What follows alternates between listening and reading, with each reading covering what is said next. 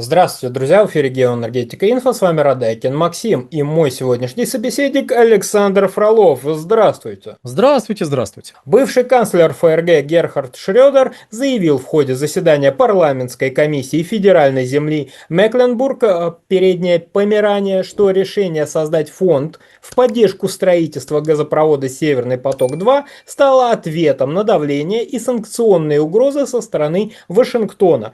Александр, пожалуйста, прокомментируйте. Получается, что бывшего канцлера Герхарда Шрёдера, канцлера Германии, пытаются привлечь за то, что он пытался обеспечить независимость от давления США, то есть за то, что он действовал в интересах своей страны, так что ли? Дебаты шестого Рейнского Лантага почему-то вспоминаются. Да? Даже не знаю почему, если кто-то из наших зрителей читал это монументальное произведение небольшого формата, поставьте лайки и напишите комментарий. Мы читали. Вот. История с Герхардом Шрёдером, ну, конечно, некрасивая, но, с другой стороны, в текущих условиях ожидать чего-то другого не приходится. Я напомню, что речь идет о фонде, который в январе 2021 года был создан. И был он создан в то время, когда на этом канале практически чуть ли не каждый день выходили ролики про судьбу Северного потока-2. Потому что то какой-нибудь судно-трубоукладчик изменило направление, и все изумленно следили. Куда же оно поплыло? Как же оно? Куда же? Как же? Как будут достраивать Северный поток-2? Эх, веселое было время, когда мы следили за Северным потоком-2. Это было интересно, это было животрепещуще, это все еще требует своей экранизации. Но так как история еще не закончилась, то ждем, чем же она закончится, чтобы уже было ясно, какую точку в ней надо будет ставить сценаристам. А пока заметим следующее. Шрёдер говорит о том, что он по сути, что он не лоббировал интересы России, что он не находился под влиянием России, что этот фонд, который обеспечивал необходимое финансирование для строительства Северного потока-2, был он создан фактически в интересах Германии. А я напомню, что северные потоки, которые у нас называют, в том числе у нас, называют российскими газопроводами, на самом деле правильнее было бы называть российско-европейскими газопроводами. И тут, если позволите, я отскочу немножко в сторону и подниму вопрос СПГ. У нас сейчас многие люди, очень крепкие задним умом, говорят, так, все же понятно, надо было не трубу строить, а СПГ-терминалы и СПГ-заводики устанавливать. И вот эти СПГ-заводы сейчас как заработали бы. Вот, я, с одной стороны, хочу поинтересоваться, а где, уважаемые господа, видят, ну, если переводить объемы северных потоков, мощность северных потоков в потенциальные объемы поставок, где они видят это окно для 110 миллиардов кубических метров газа, где этот таинственный рынок, спрятавшийся ото всех, на 110 миллиардов кубов, куда можно было бы эти 110 миллиардов кубов перенаправить. Это первый вопрос. А второй вопрос: а правильно ли я понимаю, когда вот такие вещи звучат, а то, знаете, там Шрёдера обвиняют, у нас тут тоже многих обвиняют и серии, что ж вы трубы свои строили. У нас многие лидеры общественного мнения, выступая на радио, любят там и серию, дураки все. Надо же было в Китай прокладывать трубу, а не в Европу. Вот мы в Европу строили, а надо было в Китае спрос, они возьмут сколько угодно. Я надеюсь, что уважаемые лидеры общественного мнения посмотрят это и не обидятся, потому что я, немножко укрепить их позиции хочу в этом вопросе. И заметить следующее. Дорогие друзья, в Китае нету спроса на те объемы, которые шли в Европу. В Китай строятся газопроводы по мере появления спроса. И наращиваются поставки по мере появления спроса в Китае. То есть, например, строить в Китай в 2011-2012 годах, это годы запуска первого Северного потока. Первый и второй, соответственно, ниток. Тогда строить газопровод мощностью 55 миллиардов кубов в Китай было бессмысленно. Там не было спроса на эти объемы. Это было бы, процентов 25 от всего совокупного спроса в Китае, который более чем на 60% удовлетворялся собственной добычей. Так что на вас бы с вашей трубой посмотрели с интересом и сказали, какие вы интересные. Это первое. Второе. Как ни удивительно, но с тем же Китаем о прокладке газопроводов Многие годы ведутся переговоры. Это не отменяет того, что европейские компании пришли к «Газпрому» и сказали: «Газпром, давай строить трубу». И вот тут возникает третий вопрос. Я правильно понимаю, что надо было, ну, по идее, если приходит покупатель, говорит: ребят, 55 миллиардов кубов в год купим, давайте трубу построим, мы половину денег дадим. А потом второй раз приходит примерно, давайте, похожий состав покупателей, говорит: ребят, еще 55 миллиардов кубов, хотим трубу, тоже купим, все, и денег дадим, половину. Ну, то есть половина ваша, половина наша. То в обоих случаях надо было сказать: нет, нет, мы будем строить СПГ-терминалы. Да, они обойдутся в 5 раз дороже, чем эти трубы, по поводу которых тоже у нас многие рассказывают: о, боже, это такие дорогие были газопроводы. Ну, там, да-да-да. Вот, а если бы заводик строили по производству СПГ, он был бы раз в 5 дороже, ну, это было бы лучше, выгоднее, видимо, быстрее бы окупилось. По этой логике как-то так должно было работать. Я не знаю, я за этой логикой не очень успеваю, но если кто может объяснить, вы попытайтесь в комментариях эту чудесную позицию расписать. Как это должно было работать, почему более дорогие проекты должны были лучше выстрелить и так далее, и так далее. Так вот, в обоих случаях, видимо, надо было сказать покупателям: нет, пошли вон, мы будем строить СПГ-заводы. А если хотите наш газ, можете участвовать в СПГ-заводах. Те бы покрутили пальцем у виска, сказали: ребят, нам труба нужна. Ну, давайте трубу построим. Ну, как бы, какие заводы, вы о чем? Вы будете зарабатывать на этой трубе, мы будем зарабатывать на этой трубе, еще и газ будем покупать у вас же. Зачем завод? Ну вот. Как ни удивительно, но в нашей вот реальности, в которой, знаете, задним умом многие крепки, но вот ряд вещей почему-то никто не предсказал. Из-за замечательных наших предсказателей, вот, например, события 22 года, предсказатели в году в 9, в 11, в 12, в 14, в 15 не предсказывали. И в итоге у нас строились газопроводы. Северный поток, который был введен, первая нитка в 21 году, вот тут вот буквально 14 лет исполняется с момента ввода, вот примерно когда этот ролик будет выложен, вот где-то вот примерно в это время.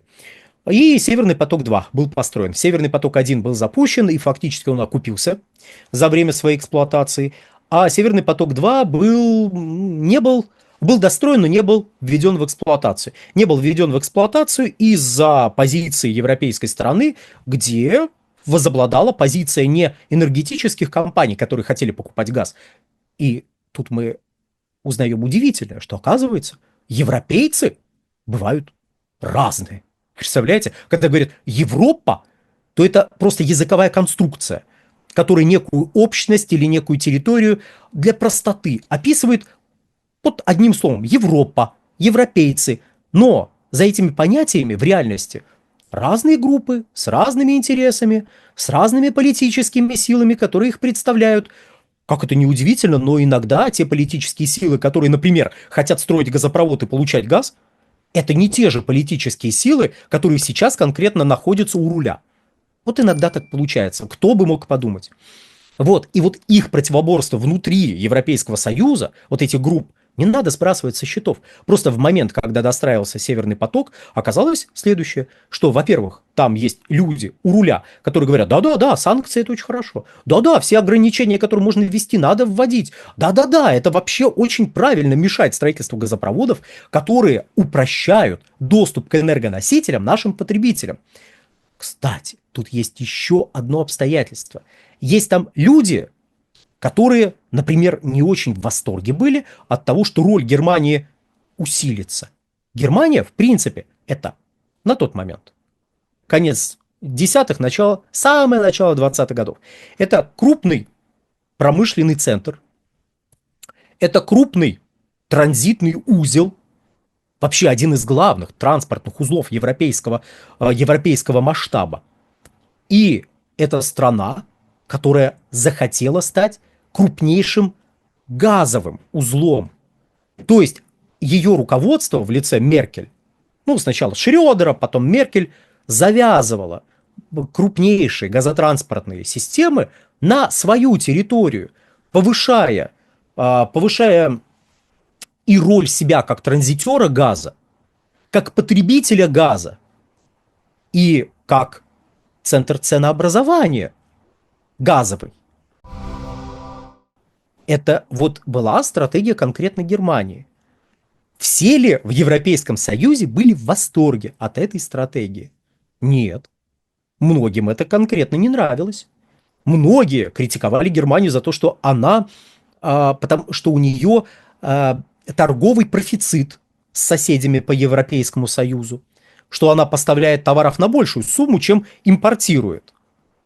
Ее критиковали за то, что она вот слишком себя усиливает. Но как? Ты же не будешь говорить, а что это? Мы хотим быть крупнейшим промышленным центром Европы и вообще крупнейшей экономикой Европы. Мы не хотим, чтобы вы были. Нет, ну ты так не скажешь.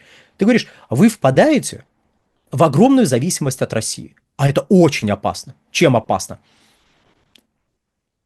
Это опасно на экзистенциальном уровне. И что вы скажете после того, как вам такие слова скажут, что это на экзистенциальном уровне опасно?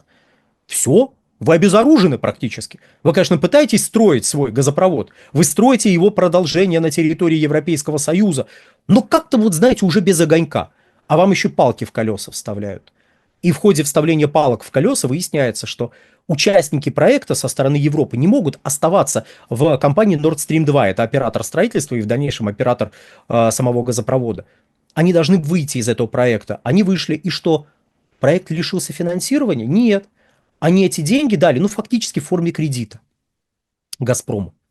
То есть они дали ту сумму, которую собирались заплатить, они хотели деньги получать на функционирование газопровода. Не чтобы Украина зарабатывала, а чтобы энергетические компании Европы на поставках им газа тоже чуть-чуть зарабатывали. Удивительное, конечно, желание, которое кому-то не понравилось. Так вот, они все равно эти деньги дали. Потом был создан вот этот фонд, который, опять же, упрощал функционирование, упрощал работу и дальнейшую эксплуатацию после того, как газопровод был введен в эксплуатацию, собственно говоря, на что все рассчитывали. Он упрощал вот эту деятельность в условиях санкционного давления. То есть, когда мы говорим о том, что вот есть некие европейцы, и они против российского газа, когда кто-то из наших лидеров общественного мнения, которые, безусловно, разбираются прекрасно в отдельных вопросах, но потом начинает рассказывать о том, как надо было, что ж мы дураки такие, вот в Европу свои трубы все совали и совали, надо в Китай было. Это очень интересная история, наверное, прям эмоционально очень вовлекающая, но в реальности это звучит немножко абсурдно. По той причине, что к вам приходит крупный покупатель, конгломерат крупных покупателей, говорит, ребят, давайте вместе строить трубу. Труба – это дешево, это надежно, на этом зарабатываете вы, на этом зарабатываем мы, говорят представители этого конгломерата покупателей. И вы строите трубу, как это неудивительно, потому что к вам пришли люди, заинтересованные в поставках газа. И вот один из представителей тех кругов, которые были вот в этом всем заинтересованы, это был Герхард Шредер. Всем ли нравилось, что усиливается роль Германии в Европейском Союзе? Нет, далеко не всем. Я бы даже могу назвать пару стран, даже буквально 2 страны, которым это очень не нравилось. Ну, просто потому что усиление ваше – это ослабление наше. Кому это надо? Если у вас торговый профицит, то это за чей-то счет, наверное, может быть, даже за наш счет, а мы так не хотим. Мы хотим, вот, чтобы было наоборот, чтобы это вы нашу продукцию покупали, а не мы вашу. Чтобы денежки шли от вас к нам, а не от нас к вам. Ну вот, знаете, вот эти пауки в банке перегрызлись. То есть это на всех уровнях была проблема, которую немцы пытались перебороть, ну, потому что это в интересах Германии было, ну, объективно было в интересах Германии. Вы просто становитесь энергетическим узлом, транзитным узлом, крупным промышленным центром. И еще одну вещь вы решаете за счет строительства этих труб, которые, понятное дело, не надо было строить в Германию, надо было в Китай. Я просто несколько раз уже от минимум одного крупного нашего лидера общественного мнения вот эти чудесные соображения слушал, изумлялся. Прекрасный, просто прекрасная мысль. Китайцы бы очень удивились. Мы такие с трубой приходим, они такие, вы куда? Мы к вам. Нам вот товарищ сказал, что у вас огромный спрос на газ. Да вот китайцы бы очень удивились, я думаю, и сказали бы большое спасибо, но как-нибудь потом. Так вот, решалась в Германии еще одна проблема за счет строительства трубы. Строительство новой газовой генерации. В Германии начиная со времен Ангелы Меркель, планировалось строить, ну, в какой-то момент 3 десятка гигаватт, потом это ужалось до 2 десятков гигаватт, сейчас говорят про 10 гигаватт, там 10-12 гигаватт новых газовых электростанций. И предполагалось нагрузить существующие газовые электростанции. И в итоге потребление газа в электроэнергетическом сегменте в Германии после реализации всех этих планов, ну вот как они, знаете, программа максимум, как вот они выглядели, потребление газа могло бы вырасти в 4 раза, потому что сейчас недозагруженность газовых электростанций, по сути, двукратная от нормы существующих. А планировалось фактически удвоить установленную мощность. А тут хоп, у вас труба, которая уже к вам подведена, и вы уже можете получать необходимые объемы газа. У вас есть гарантия, у вас есть подкрепление, у вас есть материальный ресурс для этого. Для чего строились трубы? Не СПГ-терминалы, не СПГ-заводы у нас. Для чего строились трубы? Вот поэтому. И представитель вот этих интересов крупной немецкой промышленности был Герхард Шрёдер. Да, активно сотрудничавший с российскими энергетическими компаниями. Да, сейчас на него оказывается колоссальное давление. Но что делать? Возможно, в какой-то момент те круги, которые представляет он, ну, победят те круги, которые вот сейчас рулят Европейским Союзом. Тогда ситуация может радикальным образом измениться. Потому что сейчас там работают люди, которые, ну, поддерживаются другими финансово-промышленными группами. Это, как выясняется, не идет на пользу Европейскому Союзу почему-то. При том, что самое ужасное, эти люди хотят принести пользу Европейскому Союзу. Ну, просто вот, знаете, не получается. Вот обстоятельства им мешают. Вот, как-то так, дорогие друзья. Поэтому не последний раз мы про Герхарда Шрёдера еще услышим в контексте Северного потока-2 и вообще вот всех этих историй с поставками российских энергоносителей. А причины, по которым эти поставки были нужны, поддерживались Германией и крупными не немецкими энергетическими компаниями. Вот я постарался широкими мазками обрисовать. Еще раз надеюсь, что лидер общественного мнения, который вот транслирует идеи о том, что не надо было трубу в Европу, хотя они деньги дают на эту трубу. Надо было в Китай. Вот, он послушает и перестанет рассказывать эти чудесные истории. Я искренне надеюсь, но потому что это просто неправильно. Вот, на этом, дорогие друзья, все. Всего хорошего. Александр, большое спасибо за комментарий, друзья. Подписывайтесь на телеграм-канал Геоэнергетика Инфо. Подписывайтесь на телеграм-канал Александра Фролова. Ссылки будут в описании и закрепленном сообщении. Там же будут реквизиты для желающих финансово поддержать наш проект, чтобы мы и дальше также бодро вещали на всех площадках без монетизации, исключительно благодаря вашей финансовой поддержке. Спасибо, до новых встреч. Всего хорошего.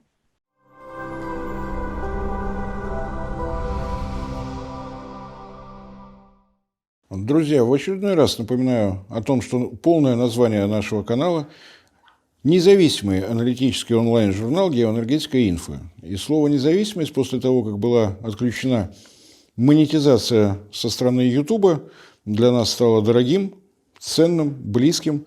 Для того, чтобы сохранять независимость, вы прекрасно понимаете, что в наше тревожное время необходимо прежде всего альтернатива, поиск спонсора, который будет задавать нашу новостную повестку, нашу, так скажем, стратегию и тактику, нам кажется не самым удобным. Поэтому напоминаю о том, что нас можно видеть прежде всего в нашем телеграм-канале, где мы стараемся сообщать все новости, касающиеся нашей работы, наших новых проектов. Вы нас можете видеть на портале ВКонтакте, вы нас можете видеть в Дзене, вы нас можете поддерживать за счет того, что у нас имеется страница на Sponsor.ru. Все это будет в описании под этим моим кратким вступлением с напоминанием о том, что если вы хотите, чтобы проект «Геоэнергетика Инфо» продолжал развиваться, нам необходима ваша помощь и поддержка. Большое спасибо за внимание.